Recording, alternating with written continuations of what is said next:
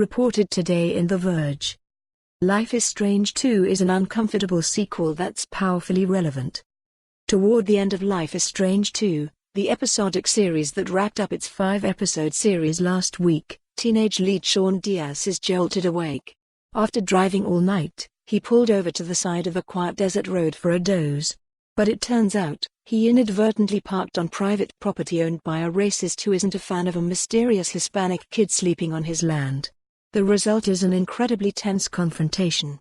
Through Life is Strange's choice-based gameplay, you have to navigate the situation, choosing between Sean's safety and his dignity.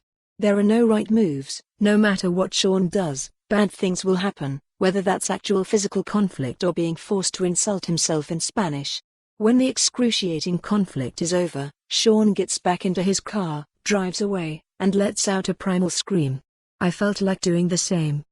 Since its very first episode, Life is Strange 2 hasn't been shy about tackling political themes. Instead, the game's creators have fully embraced the responsibility, and over the course of the season, the game's relevance has only grown stronger. During its 5-episode run, Life is Strange 2 tackles a huge range of sensitive topics, from religion and oppression to issues of race and sexuality in modern America. The result is a game that can feel downright uncomfortable at times, as you're forced to navigate perilous situations, like Sean's run-in with a racist, with few options at your disposal. But that's also what makes the game so powerful. Life is Strange 2 explores the realities of modern life like few other games, in a way that feels both honest and compelling. This review contains spoilers for Life is Strange 2. Life is Strange 2 is essentially one prolonged, terrible road trip. At the outset, brothers Sean and Daniel are forced into a life on the road after their father is killed and they're blamed for his death. With few options, the pair decides to head from Seattle down to their dad's former hometown in Mexico. It's a long trip. Complicating matters even further is the fact that younger brother Daniel has a newly discovered superpower, letting him manipulate objects telekinetically as if he were a force-wielding Jedi.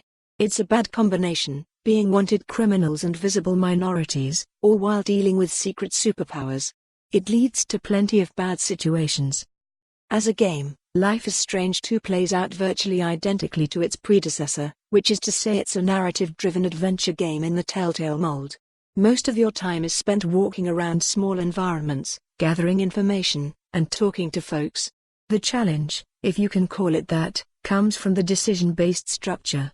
Like a choose-your-own-adventure novel, the choices you make alter how others see. For more on this story, visit the news article link.